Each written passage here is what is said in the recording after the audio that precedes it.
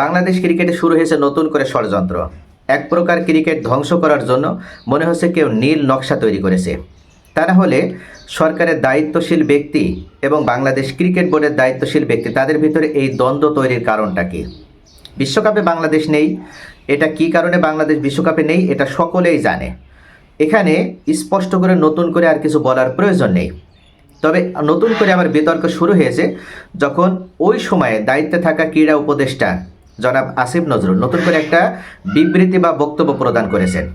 উনি বক্তব্য দিয়েছেন যে এই বিশ্বকাপে বাংলাদেশ দল নেই, এটা মূলত সরকারের কোনো কারণ ছিল না। অর্থাৎ সরকার চেয়েছিল বাংলাদেশ বিশ্বকাপে অংশগ্রহণ করুক এবং ভারতের মাটিতে যেয়েই অংশ নিক।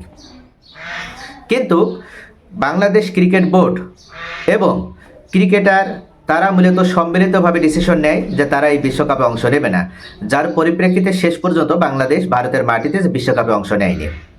আসলে কথাটা কি মিথ্যা নাকি সত্য এটা সকলেই জানে এবং সকলের কাছে তার কথাগুলো রেকর্ড করা রয়েছে। আসিফ নজরুল উনি নিজে বলেছিল সাংবাদিক সম্মেলনে যে বাংলাদেশ দল ভারতের মাটিতে যে খেলবে না একটাই কারণ, ভারত বাংলাদেশ ক্রিকেটার মোস্তাফিজের সাথে চরমভাবে অপমানজনক ব্যবহার করেছে এবং তাকে ঘাড়ে ধাক্কা দিয়ে বা ভারত থেকে বের করে দিয়েছে, আইপিএল থেকে বের করে দিয়েছে। এর পরিপ্রেক্ষিতে কোনোভাবে সেই ভারতের মাটিতে যে বাংলাদেশ বিশ্বকাপে অংশ নিতে পারে না এবং এটা সরকারের সিদ্ধান্ত। সরকার যেখানে সিদ্ধান্ত নেয় সেখানে ক্রিকেট বোর্ড বা ক্রিকেটারদের আর কোনো ডিসিশন নেওয়ার সুযোগ থাকে না, এভাবেই আসিফ নজরুল উল্লেখ করেছিল। কিন্তু এই মুহূর্তে তিনি কেন তাহলে ইউটার্ন নিচ্ছে? আর তিনি এই যে ইউটার্নটা নিচ্ছে, এই ইউটার্ন নিয়ে তিনি কি বাংলাদেশ ক্রিকেট বোর্ডের দায়িত্বশীল যে সমস্ত কর্মকর্তা রয়েছে এবং ক্রিকেটার তাদেরকে সকলের উপরে দায় চাপিয়ে দিতে চাচ্ছে, নাকি তাদেরকে নতুন করে আবার বিপদের ভিতরে ফেলতে চাচ্ছে? আসলে আসিফ নজরুলের ভয়টা কোথায়? সেই সময় যে অন্তর্বর্তীকালীন সরকার ছিল সেই সরকারের গুরুত্বপূর্ণ দায়িত্ব উনি পেয়েছিলেন।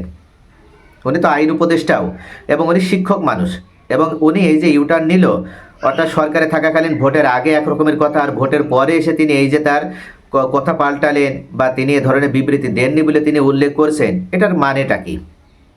এই জায়গাটাই কিন্তু চরম বিরক্ত হয়ে এবং চরম বিস্মিত হয়ে সমালোচনা করতে দেরি করেনি মোহাম্মদ সালাউদ্দিন। বাংলাদেশ ক্রিকেট দলের এই সিনিয়র কোচ মোহাম্মদ সালাউদ্দিন তিনি উল্লেখ করেছেন যে আসিফ নজরুল একজন শিক্ষক মানুষ এবং উনি ঢাকা বিশ্ববিদ্যালয় অর্থাৎ বাংলাদেশের সর্বোচ্চ বিদ্যাপীঠের একজন শিক্ষক।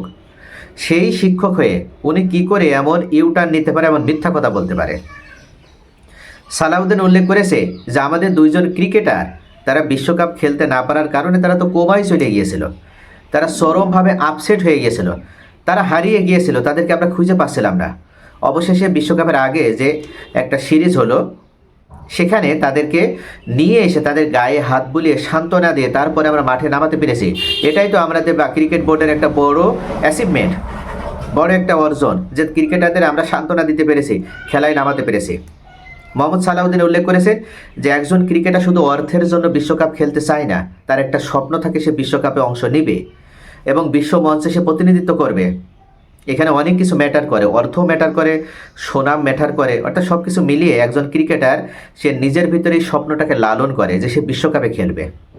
কিন্তু বাংলাদেশ সরকার তারা ভারতের মাটিতে যে বিশ্বকাপ খেলবে না বলে যে ডিসিশনটা নিয়েছিল এটা বাংলাদেশ সরকারের ডিসিশন ছিল। এখন কেন তাহলে ক্রিকেটারদের উপরে দায় চাপানো হচ্ছে? ক্রিকেটাররা তো কেউ চায়নি যে বিশ্বকাপে তারা যাবে না, তারা সকলেই চেয়েছিল বিশ্বকাপ যেখানে হোক তারা সেখানে যাবে। ভারতের মাটিতে হলেও তারা বিশ্বকাপে অংশ নেবে, যেহেতু ভারত তাদেরকে সব থেকে গুরুত্বপূর্ণ ব্যক্তিত্বের মতো অর্থাৎ একেবারে প্রথম শ্রেণীর নিরাপত্তা প্রদান করছে, ফার্স্ট ক্লাস সিকিউরিটি যেখানে প্রদান করা হচ্ছে সেখানে বাংলাদেশ ক্রিকেট টিম অংশ নিলে কোনো অসুবিধা নেই।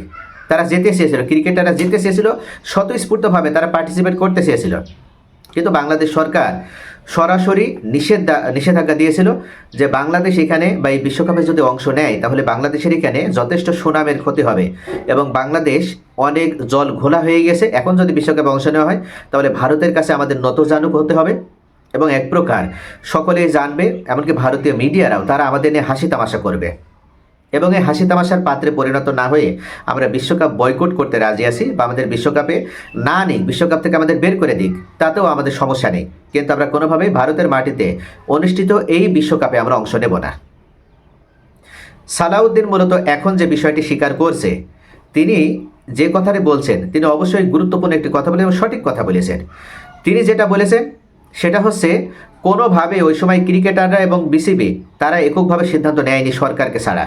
আর সরকার থেকে যেহেতু সিদ্ধান্ত নেওয়া হয়েছে, তাহলে আসিফ নজরুল এখন কার ভয়ে তার ইউটার্ন, কিসের ভয়ে সে তার সিদ্ধান্ত পাল্টাছে? তার ভয়টা কোথায়? কেন সে সিদ্ধান্ত পরিবর্তন করছে? তার অবশ্যই এক কথার উপরে দাঁড়িয়ে থাকা দরকার ছিল। আসিফ নজরুলের অবশ্যই এই ইউটার্ন নেওয়াটা চরম একটা ভুল এবং চরম একটা মিথ্যাচার। সেই মিথ্যাচার করতে পারে না। এই মিথ্যাচার করার মাধ্যমে সে কি বাংলাদেশ ক্রিকেটারদের এবং ক্রিকেট বোর্ডকে আবার বিতর্কিত করতে চাচ্ছে? এটা কোনোভাবেই হবে না। সকলেই জানে যে সে কি বলেছিল এবং সরকার ওই সময় কী স্ট্যান্ড নিয়েছিল। তাই এই ষড়যন্ত্র অবশ্যই রুখে দেওয়া হবে এবং ক্রিকেটাররা তারা অবশ্যই স্বতঃস্ফূর্তভাবে তারা কোনো ধরনের চাপের কাছে নতি স্বীকার না করে তারা আনন্দের সাথে আবার মাঠ মাতাবে এবং বিশ্বকাপ পরবর্তী যে সিরিজগুলো রয়েছে সেখানে তারা পারফর্ম করার মাধ্যমে বাংলাদেশের আবার প্রতিনিধিত্ব করবে। তাই এখন আসিফ নজরুল যতই বাংলাদেশ ক্রিকেটারদের বিতর্কিত করার চেষ্টা করুক না কেন, এই চেষ্টায় সে সফল হতে পারবে না, এটা নিশ্চিত। তো প্রিয় দর্শক, আপনাদের কি মনে হয় কিসের ভয়ে ডক্টর আসিফ নজরুল এখন ইউটার্ন নিল? আপনাদের মূল্যবান মতামত কমেন্টে জানান। সকলে ভালো থাকুন।